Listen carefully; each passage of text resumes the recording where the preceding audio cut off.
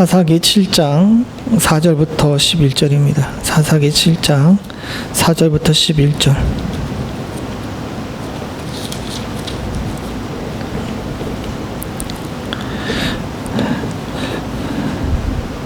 한 절씩 기도하겠습니다. 사사기 7장 4절부터 11절. 제가 먼저 4절 봅니다. 여호와께서 또 기드온에게 이르시되 백성이 아직도 많으니 그들을 인도하여 물가로 내려가라.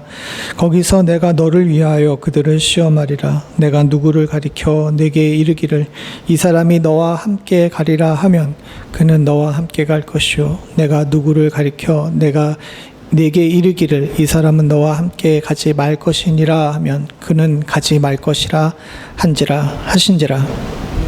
예, 백성들이 인도하여 물가에 내려가는데 여호와께서 기드온에게 이르시되 누구든지 개 핥는 것과 같이 물을 핥는 너를 따라오고 또 누구든지 무릎을 꿇는 하시는 자도 그와 같이 하라 하시더니 손으로 움켜 입에 대고 핥는 자의 수는 300이요 그 외의 백성은 다 무릎을 꿇고 물을 마신지라.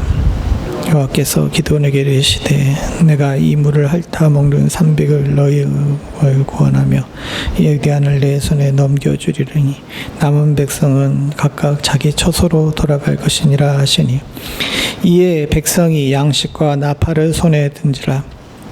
기드온이 이스라엘 모든 백성을 각각 그의 장막으로 돌려보내고 그 300명은 머물게 하니라. 미디안 진영은 그 아래 골짜기 가운데 있었더라. 마음에 여호와께서 기드온에게 이르시되 일어나 진영으로 내려가라. 내가 그것을 내 손에 넘겨주느니라.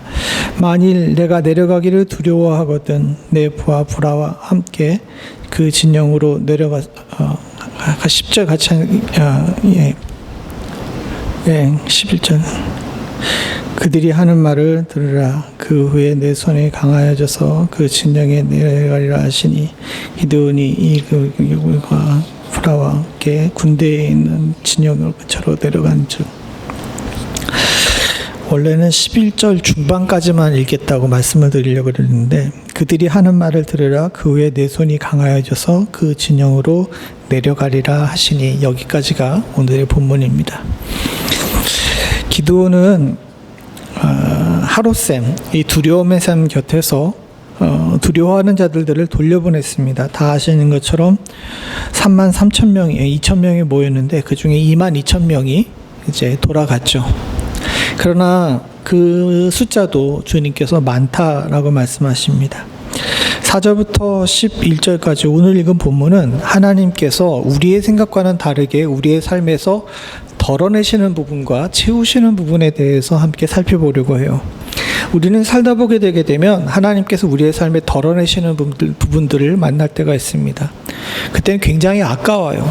살의 일부분이 찢어져 나가는 것 같기도 하고 하나님께서 내 편 아니신 것 같다는 느낌이 들 때도 있습니다. 그렇게 덜어내실 때 우리들이 가지고 있는 마음의 기본적인 생각은 원망이죠. 하나님, 내가 하나님 앞에 그렇게 충성했는데 하나님께서 왜 나한테 이렇게 하십니까? 라고 이야기하는 경우가 있습니다. 그 덜어내는 것의 종류도 다양해요. 때로는 건강을 덜어내실 때도 있고요. 때로는 자녀를 덜어내실 때도 있고 때로는 물질을 덜어내실 때도 있고요. 때로는 가족의 일부를 덜어내실 때도 있습니다. 그리고 때로는 내가 그동안 아주 중요하게 생각했던 가치 그리고 쌓아놨던 많은 과거의 것들이 한꺼번에 무너지는 것들을 볼 때도 있습니다. 이럴 때 우리들이 주의 뜻을 잘 깨달아 알 줄 아는 지혜를 가지고 있어야 됩니다. 그리고 더 나아가서 이 덜어냄을 통해서 하나님께서 더하시는 축복이 있다는 사실 또한도 알아야 됩니다. 오늘 이 본문 기드온의 이 일들을 잘 생각해 보게 되면 단순히 이것은 미디안 사람들을 기드온이 이기고 승리했다는 거기에서 끝나는 것이 아니라 믿는 사람들이 하나님의 역사를 어떻게 체험해야 되는지에 대해서 우리들에게 알려주는 교훈이라고 할 수 있습니다. 좀 더 깊이 들어가 보게 되면 우선 우리가 지난주에 살펴봤죠. 기드온은 두려움 가운데 있었습니다. 그런데 이 두려움 가운데 있는데 두려움을 이기는 방법이 하나님께서는 그 기드온이 의지하고 또 기드온이 위로를 받았던 사람들의 숫자가 아닌 하나님이길 원하셨어요. 그래서 하나님께서는 백성들이 너무 많다라고 하시면서 기드온이 마음속에 의지하고 있던 자들을 덜어내시죠. 근데 알고 보니까 이 사람들이 두려워하는 사람들이었어요. 기드온이 일어나가지고 두려워하는 사람들은 떠나라 라고 이야기를 했더니 겉으로는 안 그런 척하고 모여있던 사람들 중에서 22,000명이나 뒤도 안 돌아보고 돌아간 겁니다. 그 얘기는 뭡니까? 이 사람들이 모여가지고 기드온에게 위로가 되는 것처럼 느껴지지만 사실은 쓸모 있는 사람이 없는 사람들이에요. 쓸모가 없는 사람들이죠. 우리는 생각보다 우리 삶에서 이런 일들을 많이 체험할 수 있게 됩니다. 사랑하는 성도님들, 우리가 소위 말해서 인간들이 성공했다라는 이야기를 하면서 부여하는 가치들이 있어요. 명예일 수도 있고 물질일 수도 있고 때로는 옆에 모여있는 사람들의 수, 세일 수도 있습니다. 그런데 우리들은 이런 계량할 수 있는 것들을 통해 가지고 사람들을 평가하고 또 내 자신으로도 위로를 받아요. 예를 들어 가지고 내가 얼마만큼 부유하다 해가지고 뭐 100만 달러, 뭐 1000만 달러, 뭐 심지어는 1억 달러 이렇게 가지고 있으면 내가 부유하다라고 이야기를 하죠. 그런데 사실은 그게 진짜 부유하고 내게 꼭 필요한 거냐라고 생각해 보게 되면 그게 아니라는 겁니다. 얼마 전에 워렌 버핏이라고 한동안 미국의 제일 큰 부자였고 지금도 3인가 5인가 하는 부자이신 그분이 97인가 6인가 은퇴를 하신다고 공식적으로 은퇴를 하셨어요. 근데 은퇴하시면서 이분이 하신 이야기가 뭐냐 하게 되면 마지막으로 미국민들에게 주는 조언이 있었습니다. 어떻게 사는 것이 진정 잘 사는 것이냐, 성공한 인생이냐라고 했더니 이분이 하시는 이야기가 뭐냐면 매일매일 주어진 일에 충실하고 감사할 줄 알아야 됩니다라는 것이 그분의 마지막 조언이었습니다. 이 워렌 버핏이라는 분과 점심 식사 함께 하는데 500만 불 정도 해요. 점심 식사가 대단한 게 아니라 워렌 버핏 이분은 매일 점심에 맥도날드에서 햄버거를 드시는데 1년에 한 번 이분과 만나가지고 점심 식사를 함께 하면서 대화를 나누는 것을 경매를 붙입니다. 처음엔 100만 달러를 시작했는데 그게 계속 올라가가지고 그렇게 비싼 돈이 됐대요. 그분과 대화하면서 돈을 버는 방법이나 투자에 대한 방법이나 이런 것들도 사는 인생에 관해서 이제 배울 수 있기 때문에 그걸 굉장히 가치 있게 여기면서 그렇게 많은 돈을 들여가지고 그분과 식사하기를 원합니다. 근데 그분이 내가 살아보니까 이렇게 많은 돈을 가지고 있는데 전 세계적으로도 10손가락 안에 드는 많은 돈을 가지고 있고 또 그렇게 장수했잖아요. 건강하게 아주 잘 사셨거든요. 그리고 무엇보다도 이분은 존경받았어요. 부자가 존경받기는 쉽지가 않은데 굉장히 많은 사람들에게 존경을 받으면서 정말 많은 사람들이 만나고 싶어하는 그런 심지어는 현인이라는 소리까지 들었는데 그분이 한 이야기가 뭐냐면 주어진 일에 최선을 다하고 매일매일 감사하십시오라는 거였어요. 이건 맨날 강대상에서 목사들이 하는 이야기잖아요. 왜 그랬을까요? 잘 생각해 보게 되면 그분은 수없이 많은 돈, 자신이 쌓아놓은 그 돈이 자신을 보호하는 진짜 알맹이가 아니라는 것을 알았던 겁니다. 여기 나온 것처럼 기드온에게 하나님께서 보여주신 것은 진짜 현실이에요.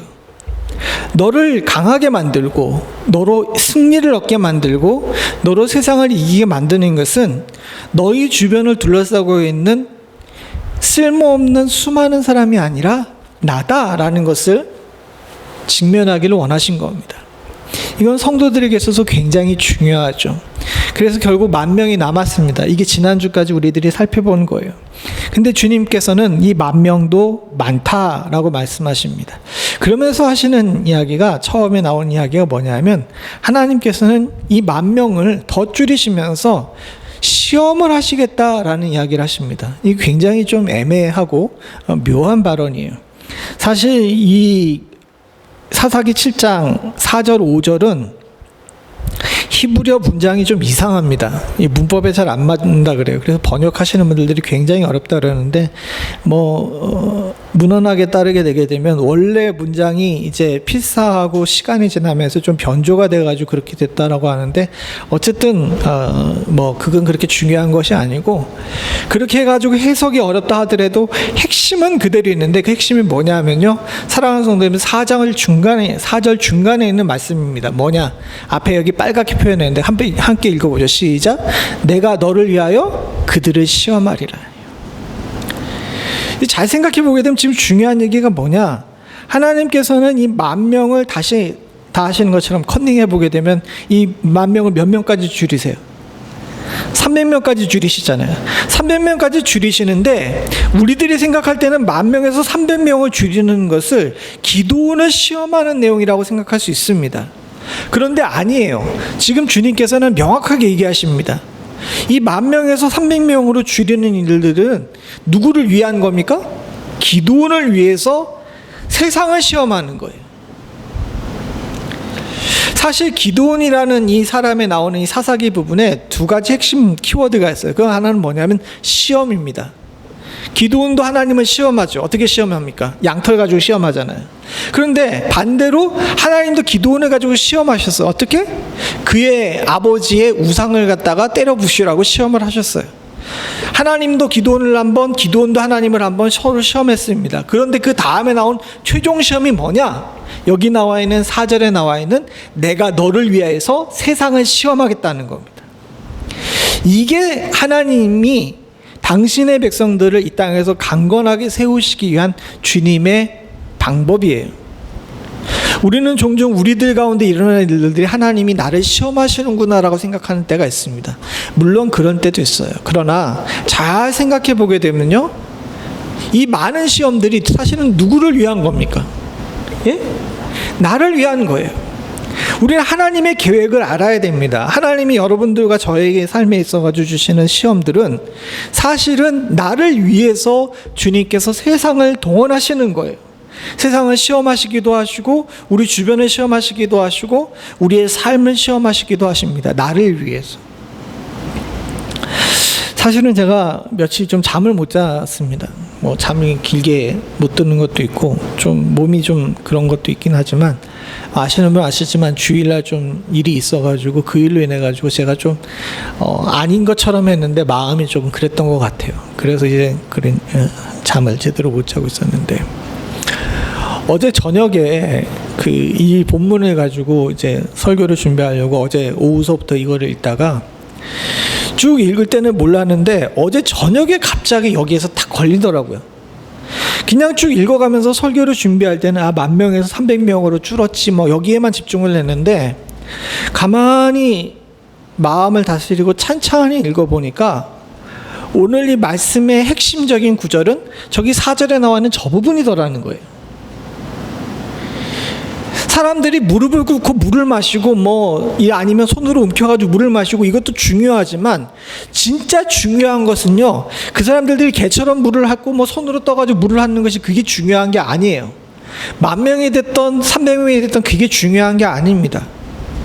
진짜 중요한 것은 뭐냐 하면 여기 나와 있는 대로 내가 너를 위해서 세상을 시험하겠다는 하나님의 선포가 진짜 중요한 거예요. 여기에서 큰 위로를 받았습니다. 우리는 이걸 잘 알아야 돼요. 우리는 종종 하나님께서 나를 시험하신다고 하면서 그 시험에 왜 대상이 내가 됐을까에 대해 원망하는 경우가 많습니다. 그리고 하나님께서 왜 이런 일들을 나한테 하시느냐에 대한 그런 얘기도 생각도 많이 해요. 왜 길을 막으시지? 왜 내 것을 걷어가시지? 왜 하나님께서 나에게 더 주시지 않지? 왜 하나님께서 나에게 이런 근심과 걱정을 주시지? 라고 생각하면서 어려워하고 힘들어합니다. 그럴 때 우리는 종종 쓰는 이야기가 하나님이 나를 지금 시험하시구나 라고 이야기를 하는데, 우리는 그렇게 접근해서는 안 된다는 거죠. 물론 하나님이 우리를 시험하실 때도 있어요. 아까 전에 말씀드린 것처럼 하나님께서 기도원을 시험하시기도 하고요, 우상을 때려보시라고 시험하시기도 하고요, 반대로 우리가 하나님을 시험할 때도 있습니다. 하나님 화내지 마세요라고 이야기를 하면서 양털 가지고 시험할 때도 있습니다. 그러나 진짜 하나님께서 우리를 다스리시고 우리를 통치하시는 방법은, 그리고 주의 사랑하는 백성들에게 위로를 주시는 방법은 나를 위해서 세상을 시험하시는 거예요. 근데 여기에 우리들의 조금 힘든 부분이 있습니다. 뭐냐 하면 하나님께서 우리를 위해 시험하시는데 우리들이 기대하는 방향과는 다르게 시험하신다는 게 문제죠. 사실 그렇지 않습니까? 10,000명까지 줄었어요. 근데 불안하죠. 밑에는 미디안 사람들이 벌떼처럼 많은 거야. 32,000도 불안한데 하나님께서 22,000 덜어가셔가지고 10,000명밖에 안 남았어. 그러면서 하나님께서 내가 너를 위해 시험하리라, 내가 너를 위해 세상을 시험하리라 라고 얘기했으면 우리의 생각대로 하게 되면 어디서 10,000명보다 더 많은 미리 준비된 위대한 용사들이 더해지는 것을 원하는 경우가 많잖아요. 그렇잖아요? 근데 하나님의 시험은 아주 묘하게도 내가 원하는 방법과는 전혀 다른 방법으로 가더라는 겁니다. 그럴 때 우리는 우리가 원하고 기대하는 방법이 아니니까 하나님께 대해서 더 시험에 드는 경우가 있습니다. 근데 여러분들 잘 기억하시고 말씀 속에서 발견하시고 또 제가 어제 오늘 주 앞에서 얻었던 교훈인 여러분들이 함께 깨달을 수 있는 축복이 있기를 소원합니다. 하나님께서는 인간의 방법으로 하지 않으세요. 하나님이 세상을 시험하시는 때는, 나를 위해 세상을 시험하실 때에는 때로 인간의 계산기와는 전혀 다른 하나님의 계산기로 하신다는 사실을 우리들이 잊지 않아야 될 줄로 믿습니다. 덜어가시는 것도요, 사랑하는 성도님들, 우리 가운데 있는 것들을 덜어가시는 것도 하나님께서 우리들에게 앞으로 큰 것을 더하시기 위한 주님의 방법인 줄로 믿습니다. 그것이 우리를 위한 하나님이 세상을 시험하시는 방법이에요. 제가 기도원을 이야기하면서 이 두 가지 키워드가 있다 그랬잖아요. 시험이라는 단어와 구원이라는 단어입니다. 사실 시험이라는 단어는 사사기 내에서 기도원의 일에만 시험이라는 단어가 나와요. 다른 사사들에게는 이 시험이라는 단어가 나오지 않습니다. 그런데 이 기도원이라는 사람에게만 이 시험이라는 단어가 나오고 시험과 유사한 모습들이 나옵니다. 근데 이 시험이라는 단어는 항상 뭐와 연결이 되어 있냐면 구원이랑 연관이 되어 있어요. 사사기 전체에 구원이라는 단어가 22번 나옵니다. 근데 그 중에 기도원에 8번 나와요. 기도원에 관한 기사에 8번이 나옵니다. 그 얘기는 뭡니까? 3분의 1이, 이 구원이라는 단어의 3분의 1이 기도원에게 사용되는 거예요. 그나마 나머지는 22번 중에서 8번을 빼니까 14번이잖아요. 14번도 대부분 어디에 썼냐 하면 자그마한 사사들 있잖아요. 소사사들의 기사를 적을 때 그 기사들 가운데 이렇게 쓰는 경우가 많이 있습니다. 예를 들어 10장 1절에 보게 되면 아비멜렉의 뒤를 이어 이사갈 사람 도도의 손자 부하의 아들 돌라가 일어나서 이스라엘을 구원하니라 라는데 이런 데 쓰는 거예요. 그러니까 나머지 14개 중에서 거의 절반 이상이 이런 작은 선지자들을 통해서 하나님께서 구원하셨다는 아주 짤막한 일로 나옵니다. 그러니까 진짜 의미를 가지고 구원이라는 단어가 쓰인 건요, 이 기도원에 거의 대부분 썼는데, 이 구원이라는 단어가 나올 때 항상 연관해서 나오는 단어가 뭐냐면 시험이에요. 다른 곳에서는 이민족들 또는 하나님의 대적들 가운데서 이스라엘을 구원하셨다라고 그냥 단순히 이렇게 나오는데, 기도원에서만큼은 하나님의 시험과 또 이 역사하심과 연관돼 가지고 이 구원이라는 단어가 굉장히 밀접하게 연관돼 있다는 겁니다.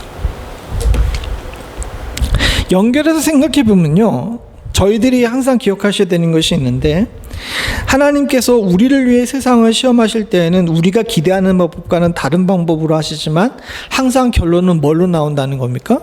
구원으로 나온다는 거예요.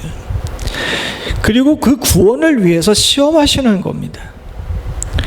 사랑하는 성도님들과 제가 하나님의 계획을 다 알기는 어렵습니다. 다 알 수도 없고 그 알려고 하게 되면 머리만 아파요. 그러나 우리들이 하나님의 계획을 신뢰는 할 수 있습니다. 믿는 자들은요, 안으로 가는 자가 아니라 믿어가는 자입니다. 다시 이야기하게 되면 우리가 하나님께서 하시는 모든 일들을 다 꿰어가지고 이래서 하셨지라고 생각할 수는 없어요. 그러나 지나고 나보게 되게 되면 그때 그렇게 하셨던 이유를 우리가 깨닫고 주께 감사하죠. 그렇기에 하나님은 알아가긴 하지만 온전히 다 할 수는 없지만 우리들이 해야 되는 것이 있는데 무엇이냐면, 사랑하는 성도님들, 주님께서 하시는 시험 또한도 내게 유익한 것이라는 것을 깨닫고 감사하면서 신뢰할 줄 알아야 된다는 겁니다. 다시 반복하는 것 같아가지고 굉장히 그렇지만 제가 너무 큰 은혜를 받아가지고 또 한 번 이야기합니다. 사랑하는 성도님들, 이 시험은 누구를 위한 겁니까? 나를 위한 거예요. 나를 향해 시험하시는 것이 아니라 내가 너를 위하여 그들을 시험하리라 하는 것이 하나님의 방법입니다. 우리 현실에 놓여 있는 여러 가지 문제들이 있습니다. 때로는 가정의 문제, 때로는 일터의 문제, 또는 때로는 멀리 흩어져 있는 부모와 형제들, 또 자녀들에 관한 문제들이 우리들을 시험에 들게 만들 때가 있습니다. 그러나 사랑하는 성도님들, 조금만 시야를 바꿔서 하나님 중심으로 생각을 해보게 되게 되면 이것이 나를 불편하게 만들고 나를 힘들게 만들려고 10,000명에서 300명으로 하나님께서 걷어가시는 일이 아니라 나를 잘되고 구원하시기 위해서 주님께서 불필요한 것들을 정리해 나가시는 하나님의 방법이라는 사실을 저와 여러분들이 온전히 깨달으실 수 있기를 소원합니다. 그 가벼워진 몸이 때로는 더 높이 날아오를 수 있게 만드시는 방법일 수 있어요. 이와 같은 일들은 모세 때에도 일어났고 아브라함 때도 일어났고 다윗 때에도 일어났습니다. 그들의 인생들을 잘 살펴보게 되면, 그리고 그들이 받았던 여러 가지 시험들을 보게 되게 되면 세상 사람들의 눈에 볼 때는 마이너스였어요. 아브라함이 기근에 쫓겨가지고 이리저리 다닐 때 많은 사람들은 저 사람이 정착하러 왔다가, 이민자로 정착하러 왔다가 실패했다라고 생각했죠. 그래서 그들이 가뭄으로 인해 가지고 여러 고통을 받으며 이리저리 유리할 때 그들을 향하여서 비웃었을 겁니다. 그러나 여러분들 다 아시는 것처럼 그 비웃음 당하면서 떠난 자리에서 하나님께서는 더 채워주시는 축복을 허락하셨어요. 그래 가는 곳마다 재물을 더하시는 은혜를 허락하셨죠. 모세도 마찬가지였습니다. 그가 이집트의 왕자로 살았지만 그의 삶이 어느 날 갑자기 미디안의 목동으로 변하게 됐을 때 그는 모든 것을 다 잃었습니다. 10,000명에서 300명으로 줄어드는 일들을 겪게 되죠. 그러나 모세가 가졌던 이 40년의 시간이 그에게 마이너스만은 아니었습니다. 도리어 하나님께서 그를 통해서 구원을 이루시기 위해 이스라엘을 준비시키고 그 자신을 준비시켜서 더 큰 역사를 이루셨는 줄로 믿습니다. 사랑하는 성도님들, 오늘 주님의 이 시험의 본뜻을 잘 깨달아서 하나님의 계획이 나를 향해 일어나는 이때를 기대하면서 바라보실 수 있는 축복이 저희 가운데 있기를 간절히 소원합니다. 더 나아가서 아까 전에 말씀드린 것처럼 이 시험은 앞으로 구원에 이르게 됩니다. 이걸 하나님께서 뭐라고 하셨냐 하게 되면 하나님의 계획을 이야기를 하십니다. 주님께서는 이 기드온에게 당신의 계획을 말씀하세요. 기드온이 계속 줄어만 가는 인원수를 보면서 마음이 아프고 괴로울 것이라는 것을 잘 아셨기 때문입니다. 그래서 하나님께서 단호하게 당신의 계획을 말씀하시는데 7절을 한번 읽어보죠. 같이 봅니다. 시작. 여호와께서 기드온에게 이르시되 내가 이 물을 핥아먹는 300명으로 너희를 구원하여 미디안을 내 손에서 넘겨주리니 남은 백성은 각각 자기의 처소로 돌아갈 것이니라 하시니. 너희를 구원하여, 이 300명으로 너희를 구원하여. 아까 전에 말씀드린 것처럼 시험이라는 단어는 이제 구원과 연결이 되죠. 하나님께서는 단호하게 기드온에게 얘기하십니다. 내가 너를 구원할 것이다. 앞에 말씀드린 것처럼 22번 나오는데 그중에 8번 나오는 구원이 이 기드온에게 연결되어 있죠. 기드온의 이 스토리의 핵심적인 그 내용이 바로 이 시험을 통한 구원입니다. 우리는 때때로 우리의 삶 속에서 오는 시험이 아무런 가치 없이 지나가 버리는 것들을 보게 돼요. 그걸 잘 보게 되면 왜 그런 일이 벌어지느냐?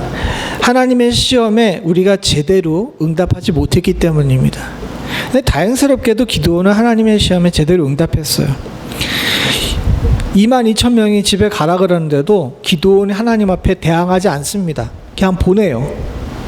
더 놀라운 것은요, 이 10,000명만 해도 굉장히 숫자가 많습니다. 여러분, 10,000명 한꺼번에 서 있는 거 보셨어요? 의외로 굉장히 많습니다. 그런데다 그 사람들이 무기를 하나씩 들고 있다고 그러게 되면 굉장히 많은 거예요. 한국에서 일개 사단 정도 하게 되면 12,000명 정도, 제 때는 12,000명 정도였는데 지금 한 10,000명 정도라고 그럽니다. 일개 사단이 되는 숫자죠. 그런데요, 이 10,000명이 300명으로 줄게 되면요, 사단 밑에 연대, 연대 밑에 대대, 대대 밑에 중대인데 중대급으로 주는 겁니다. 더 생각을 해볼까요? 32,000명이었어요. 근데 32,000명이 300명이 되려면 어떻게 되냐면 100명 중에 1명만 남은 겁니다. 이렇게 주는 게 기드온이 감당하기가 쉽지가 않죠. 10,000명 중에서 300명만 남기라고 했을 때 저 같으면요, 하나님한테 하나님 이건 아니지 않습니까? 라고 이야기했을 거예요. 왜? 제 믿음은 그렇게 코딱지만 하거든요. 근데 제 믿음만 그럴까요? 보통의 사람들은 모두 다 그런 식으로 반응할 겁니다. 22,000명은 두려워하는 자들은 집에 가라 라고 했을 때 간 사람들이니까, 아, 저 사람들 싸울 마음이 없는 사람들인구나 그렇게 할 수 있어요. 그런데 여기 남아있는 10,000명, 그 10,000명 중에서 택함을 받지 못한 300명을 뺀 9,700명은 싸울 마음이 충만한 사람들이었습니다. 능력이 되는 사람들이었고 의지가 있는 사람들이었어요. 근데 그런 사람들한테 집에 가라라고 이야기를 해야 됩니다. 쉽지가 않았을 거예요. 그런데도 불구하고 이 기드온은요, 내가 너를 위해 그들을 시험하리라 라고 이야기했던 하나님의 말씀이 다르게 이야기되면 이게 또한 나에게 또 다른 시험이구나 라는 것을 깨달았어요. 그래서 놔버립니다. 9,700명을 기드온은 놔요. 왜?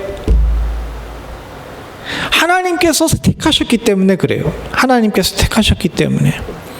앞에 보게 되게 되면요, 5절 6절에 보게 되면 이 무릎 꿇고 물 마시는 사람들과 손으로 떠서 마시는 사람들을 구분해서 나눠놓으라라고 이야기를 합니다. 그 얘기는 뭐냐 하게 되면 한쪽에는 9,700명이 서 있다는 거고 한쪽에는 300명이 서 있다는 거예요.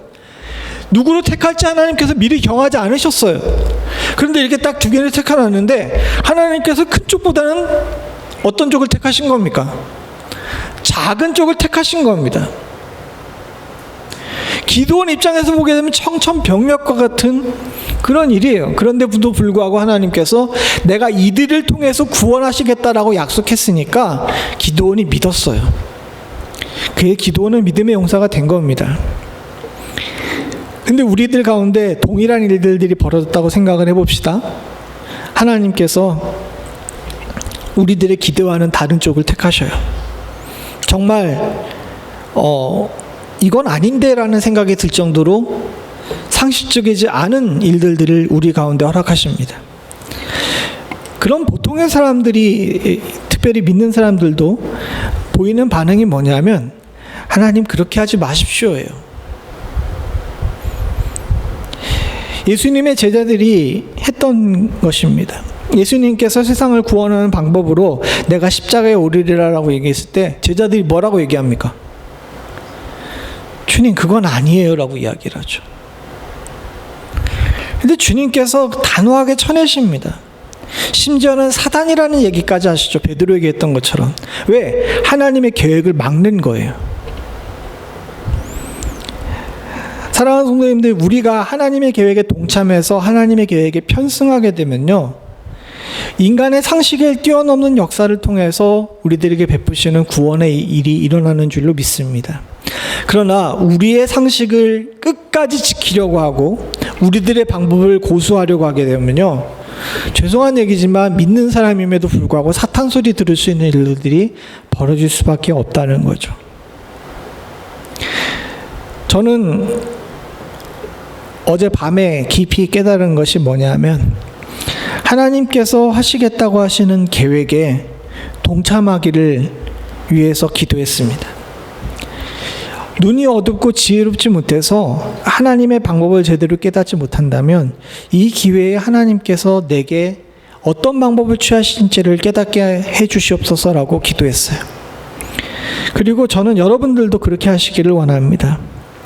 제가 알고 있는 문제뿐만 아니라 여러분들도 각자 마음속에 품고 있는 여러 가지 문제들이 있습니다. 앞날에 관한 것, 자녀들에 관한 것, 물질에 관한 것, 또는 여러 가지 가지고 있는 마음의 심리적 부담들, 또는 육신의 여러 가지 문제들이 있을 거예요. 근데 사랑하는 성도님들, 잘 생각해 보게 되면 주님께서는 이미 우리들을 향해 계획을 가지고 계세요. 여러분들이 하나님의 자녀들인데 하나님 여러분들을 향해서 계획이 없으실까요? 아닙니다. 창세전에 택하셨고, 우리들 부모의 태중에 있을 때 하나님께서 우리를 택하셨고, 지금 우리 사는 날 동안에도 우리와 함께 하시고, 나를 구원하시겠다고 약속하셨고, 하나님의 자녀되는 권세를 허락하셨는데, 하나님께서 여러분들을 향한, 저를 향한 계획이 없을까요? 계획이 있으세요. 그리고 그 계획은 멸망에 있지 않고 구원에 있다고 성경에 분명히 쓰여져 있습니다. 여기 나와 있는 것처럼 하나님께서 구원하시겠다. 근데 300명이다 라고 이야기하게 되면 300명의 방점을 둬야 됩니까? 구원의 방점을 둬야 됩니까? 구원의 방점을 둬야죠. 근데 자꾸 우리는 300명의 눈이 가려지게 되는 거예요. 전 그래서 기도원의 300용사라는 이야기를 별로 안 좋아해요. 300명이든 9,700명이든 그건 하나님의 방법이고요. 진짜는 뭡니까? 너희를 구원하겠다는 거예요. 하나님은 그 300명을 수단으로 쓴 거죠. 왜? 우리가 교만하지 말라고. 우리들에게도 동일하게 하시는 줄로 믿습니다. 여러분들을 향한, 저를 향한 구원의 계획을 주님께서 가지고 계세요. 근데 그 구원의 계획이 우리가 볼 때는 굉장히 황당할 수 있어요. 그런데 감사함으로 받게 되면 분명히 우리 가운데 구원이 일어날 줄로 믿습니다. 그리고 더 놀라운 것은 그 구원을 믿고 온전히 의지하는 자들에게는 세상이 감당할 수 없는 비상식의 일들이 기적과 같이 우리 삶 속에 일어나게 되는 줄로 믿습니다. 그 놀라운 은혜가 여러분들의 것이 되시기를 간절히 소원합니다. 그러나 나를 위해 하나님께서 세상을 시험하시는 것도 알고 주님께서 나를 위해 구원의 계획을 가지고 계신 것도 알지만 우리는 여전히 연약하죠. 기드온이 하롯샘 곁, 두려움의 샘 곁에서 32,000명을 모아놨어요. 그리고 두려워하는 자들은 다 집에 가라 그랬습니다. 근데 진짜 겁쟁이는 하나 집에 안 갔어요. 진짜 겁쟁이는 누가 하나 집에 안 갔습니까? 여기 지금 기드온과 함께 하롯샘에 다 내보내고 300용사와 함께 기드온이 남았어요. 301명이 모였습니다. 이 301명 중에 겁쟁이가 한 명 끼어 있었어요. 누가 끼어 있었습니까? 예? 아니죠. 기드온이죠. 이 겁쟁이가 하나 끼어 있었어요. 다 집에 가라고, 겁쟁이는 다 집에 가라고 했는데 진짜 한 명 겁쟁이가 집에 안 가고 남아 있었는데 그게 누굽니까? 기드온이에요. 왜? 성경에 나와 있습니다. 이게 넌센스 퀴즈가 아니라 9절에 보게 되면 9절 10절에 보게 되면 뭐라고 하냐면 그 밤에 여호와께서 기드온에게 이르시되 일어나 진영으로 내려가라 내가 그것을 내 손에 넘겨주었느니라. 여기까지는 좋죠. 10절 같이 봅니다. 시작. 만일 내가 내려가기를 두려워하거든 내 부하 브라와 함께 그 진영으로 내려가서. 하나님께서는 기드온의 심리를 잘 알고 계십니다. 이 사람이 여전히 두려움이 있어요. 그래서 요 밑에 내려가가지고 진영 밑을 내려다보라 라고 하는 것, 이것도 겁이 나서 내려가지 못하는 그런 상황이 있습니다. 생각을 해보십시오. 위에 있으나 밑에 있으나 300명이 그에게 뭔 큰 힘이 되겠습니까? 그런데 겁이 나가지고 밑에 내려가서 쳐다보는 거 혼자 못해가지고 누구를 데려가야 돼요? 부하를 데려가야 되는 거죠.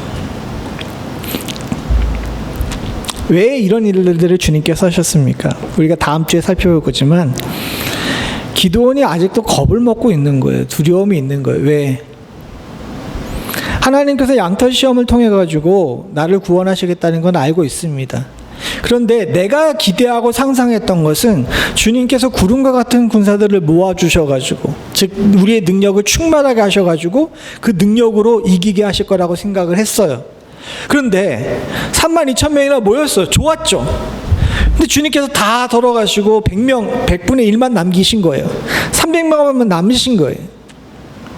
그러니 기드온이 자신이 원래 상상했던 것과는 다른 방향으로 가는 하나님의 일들을 보면서 겁이 나요, 안 나요? 겁이 나죠. 그러니까 하나님께서 그 가운데 임하셔서 위로하시기 위해 이와 같은 일들을 하십니다. 저는 하나님의 계획이 굉장히 치밀한 것을 오늘 본문을 통해 느껴요. 무슨 얘기냐 하게 되면 하나님께서는 우리들을 위해 세상을 시험하시고 우리들을 향해 구원 계획을 가지고 계심과 동시에 그 길을 가는 동안에 주의 귀한 자녀들이 실족하거나 넘어지지 않게끔 시시때때로 주시는 위로가 있는 줄로 믿습니다. 제가 예전에 목회할 때 한 분의 간증을 들은 적이 있습니다. 그분이 저한테 기도를 부탁을 하셨어요. 그래서 함께 기도했습니다. 목회자가 할 일은 성도들이 함께 기도해 주길 원할 때 그 기도 제목을 가지고 기도하는 것이죠. 그래서 열심히 기도했어요. 그분에게 크게 큰 감동이 됐던 것 같습니다. 그리고 주님께서 주신 은혜로 말미암아 그분이 후에 그 기도에 응답을 받았어요. 꽤 오래 걸리긴 했지만 하나님께서 그분의 간구를 주님께서 들으시고 응답해 주셨습니다. 그리고 그분이 그 응답해 주심에 감사해서 하나님께 영광을 돌리고 물론 헌금도 하시고 하셨지만 어느 날 저한테 이렇게 그 왜 12개 들어있는 그 음료수 이거 사가지고 오셨더라고요. 오셔가지고 목사님 그동안 기도해 주셔서 감사합니다 라고 이야기를 하시는 거예요. 그러면서 제가 뭐 그 감사할 일이에요. 제가 할 일을 한 건데 어쨌든 잘 되셔서 좋겠습니다 라고 이야기를 했더니 그분이 하신 이야기가 있는 게 뭐냐면 하나님께 기도했어요. 그리고 그 기도가 응답이 됐지만 그 응답되는 기간 동안 한 1년 반 정도 되는 기간 동안 자기가 정말 때때로 믿고 있었고 구원해 주실 거라는 건 알고 있었지만 질병에서 해방시켜 주실 거라는 것은 알고 있었지만 때때로 넘어지고 힘들 때가 있었다는 겁니다. 이거 안 해주시는 거 아니야 라고 이렇게 시험에 들 때가 있었던 거예요. 즉 마음 가운데 두려움이 들어올 때가 있었다는 거죠. 그런데 내가 두려움에 빠지려고 그럴 때마다 새벽 예배 때 기도하시는 목사님의 모습을 보면서 목사님이 제 이름을 부르면서 기도하는 모습을 보면서 제가 위로를 받았다는 겁니다. 사실은 저는 뭐 그렇게 그분에게 특별하게 그렇게 하기 위해서 그랬던 것이 아닙니다. 기도하시는 분들은 다 놓고서 제가 다 못 외우니까 이제 적어놓고 이제 일일이 이름을 부르면서 기도를 했었거든요. 그런데 그분이 그때 저 나름대로는 그냥 뭐 매일 기도하는 그분 말고도 기도를 부탁하신 분들이 많으니까 기도를 한 거였는데 그때 그 자신이 이름이 불려지면서 기도했다는 거 그거 하나만으로 위로가 됐던 거죠. 그래서 넘어지려고 할 때마다 다시 일어나가지고 끝까지 기도할 수 있었다고 그 얘기를 하십니다. 참 감사한 일이었어요. 제가 잘했다 못했다는 것이 아니라 사실은 우리는 이 시험에 들었을 때 조금만 잘 생각해 보게 되면 곳곳에 하나님께서 넘어지지 말라고 지지대를 세워놓으신 것을 발견하게 됩니다. 길을 가는 동안에 비틀비틀 거릴 때가 있어요. 그런데 지지대가 있게 되게 되면 그걸 붙잡고서 안 넘어질 수가 있죠. 그분에게는 저를 비롯해서 몇몇 함께 기도하는 분들이 지지대였어요. 여러분들에게도 하나님께서 그런 지지대를 이미 만들어 놓으셨는 줄로 믿습니다. 기드온에게 불화라는 이 부하와 또 이 앞에 내려가서 보게 될 이 미디안 군사들의 환상과 같은 하나님께서 넘어지지 말라고 곳곳에 박아놓은 이 기둥과 같은 것들이 분명히 있을 거예요. 여러분들 시험에 들거나 어려움 당했지만 너무 그것들로 인해서 힘들어하지 마십시오. 여러분들이 비틀거릴 때마다 붙잡을 수 있는 손잡이를 이미 주님께서 다 만들어 놓으셨는 줄로 믿습니다. 제가 비틀거리고 힘들 때마다 하나님께서 넘어지지 말라고 만들어 놓으신 것들이 분명히 있을 거라는 확신이 들었어요. 그래서 11절에 보게 되면 그들이 하는 말을 들으라. 그 후에 뭐라 그럽니까? 내 손이 강하여져서 그 진영으로 내려가리라 하십니다. 사랑하는 성도님들과 저에게 주시는 하나님의 위로가 분명히 곳곳에 준비되어 있을 겁니다. 여러분들의 손이 강해지시고 이 일을 잘 감당하실 줄로 믿습니다. 여러분들 잊지 마십시오. 하나님은 여러분들을 위해 선한 계획을 가지고 계십니다. 여러분들을 위해 세상을 시험하셨을 뿐만 아니라 여러분들이 지치지 말라고 곳곳에 준비해 놓은 좋은 지지대들이 분명히 있을 겁니다. 그리고 여러분들의 향한 하나님의 계획의 최종은 구원이라는 사실을 우리가 잊지 않게 되면 우리들이 사는 날 동안에 주께 감사할 제목들이 넘치게 될 줄로 믿습니다. 오늘 이 말씀이 여러분들과 제게 큰 위로가 될 수 있기를 간절히 소원합니다. 같이 기도하시겠습니다. 우리를 위해 세상을 시험하시고 주의 사랑하는 자녀들이 실족하지 않게 곳곳에 안전한 피난처를 마련해 주신 주여, 오늘 주의 귀한 백성들이 주님 앞에 나와 엎드려 간구하며 기도하는 여러 기도 제목들을 주님께서 들으시고 응답하시는 축복을 허락하여 주시옵소서. 때로 우리가 불면의 밤을 지새거나 때로 우리가 근심으로 잘 못 먹고 비틀거릴 때에도 하나님 아버지 주님께서는 곳곳에 터지는 샘과 넘치는 양식으로 주의 사랑하는 자녀들을 먹이고 입히시는 줄로 믿습니다. 주님께서는 우리는 푸른 초장에 인도하셔서 하나님 아버지 쉴만한 물가로 인도하셔서 우리로 온전한 쉼을 얻게 하시고 세임 얻게 하시는 줄로 믿습니다. 하나님 말씀이 우리 가운데 샘물될 수 있게 하여 주시고 주께 기도하며 얻는 응답이 우리들에게 세임 될 수 있도록 주여 도와주시옵소서. 기도를 통해서 우리의 삶에 큰 위로를 얻습니다. 사랑하는 성도들, 주님 앞에 설 때 하나님께서 나를 위해 선한 계획을 가지고 계시다는 사실을 항상 잊지 않을 수 있도록 주님 도와주시옵고, 나를 위해 세상을 시험하고 계시는 하나님 편이 될 수 있는 축복이 저희들 가운데 있게 하여 주시옵소서. 때로 우리의 상식과는 전혀 다른 방향으로 간다 할지라도 주님을 신뢰할 줄 알게 하여 주시옵고, 주를 신뢰하는 자답게 항상 믿음으로 강건히 서며 소망 안에 거할 줄 아는 지혜가 저희 가운데 있게 하여 주시옵소서. 주께서 사랑하는 성도들을 위로하시고 힘주시고 넘어지지 않게 하실 줄로 믿사옵고 모든 말씀 예수님의 이름으로 간절히 기도드립니다. 아멘.